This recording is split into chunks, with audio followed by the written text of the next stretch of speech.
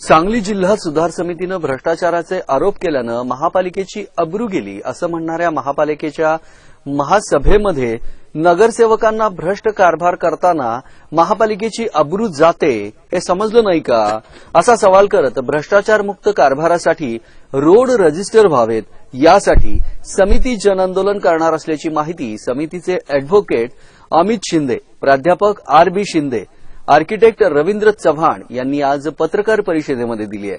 हे शहर चांगलं होण्यासाठी सुधार समितीचा लढा चालू असून हिंमत असेल तर फौजदारी दाखल कराच असं आव्हान देखील त्यांनी दिलं आहे।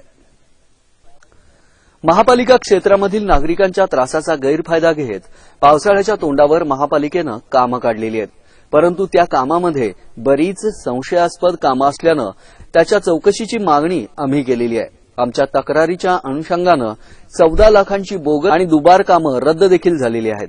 ते 14 लाख तसेच इतर कामामधील पैसे नागरिकांनी मागणी केलेल्या भागामधील विकास कामावर तातडीनं खर्च करण्यात यावेत अशी मागणी समितीने केली आहे। समितीच्या या मागण्यामुळे महापालिकेची अब्रू गेलेली नाही तर अधिकारी आणि पदाधिकाऱ्यांच्या भ्रष्ट कारभारामुळे महापालिकेची अब्रू गेलेली आहे।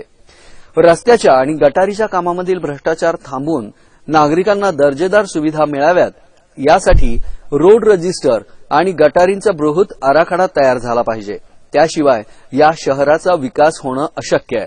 म्हणूनच सुधार समितीतर्फे रोड रजिस्टर तसेच गटारींच्या बृहत आराखड्यासाठी जून महिन्यापासून जन आंदोलन करणार असल्याची घोषणा देखील यावेळी करण्यात आली आहे।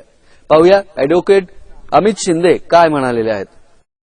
जिल्हा सुधार समितीनं भ्रष्टाचाराबाबत महापालिकेवर आरोप केल्यामुळे महापालिकेची बदनामी झाली आहे असं महासभेमध्ये सांगून काल नगरसेवकांनी दंगाना घालला।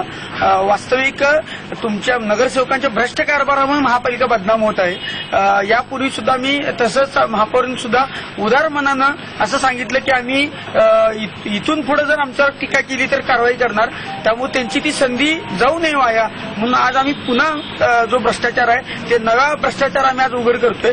महापालिकेच्या दारासमोर असणाऱ्या बोळामध्ये एकदा कॉन्क्रिटीकरण केलेले 1,99,000 पैसे घालून आणि पुन्हा त्याचीच निविदा फेब्रुवारी मधली निविदा आहे ती पुन्हा आता मे महिन्यामध्ये पुन्हा निविदा काढलेली आहे 1,99,200 रुपयाची। ही दुबार कामं हे जे पैसे आहेत ते पैसे तुमच्या खिशातून आलेले तर नागरिकांच्या करातून आलेले आहेत, ते पैसे योग्य त्या ठिकाणी खर्च झाले पाहिजे। ऐन उन्हाळ्यामध्ये लोक गुडघ्यावर चिखलातून चाललेले आहेत, त्या ठिकाणी पैसे खर्च करा आणि लोकांना सोयी सुविधा द्या यासाठी सुधार समिती लढते आणि म्हणूनच रोड रजिस्टर झाले पाहिजेत, त्याशिवाय भ्रष्टाचार थांबणार नाही।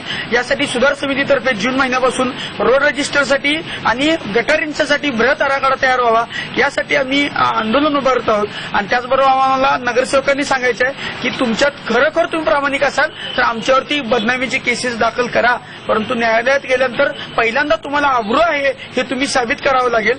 आणि त्याचबरोबर महापालिकेची बदनामी म्हणजे काय हे तुम्ही समजून घेतलं पाहिजे। परदेशात जाऊन गाड्या चोरणं म्हणजे महापालिकेची बदनामी आहे, टक्केवारीसाठी एकमेकांना पायताना मारणं म्हणजे महापालिकेची बदनामी आहे, हे तुम्हाला समजलं पाहिजे। ते समजत नसेल तर समजून द्यायला सुधार समिती तयार आहे।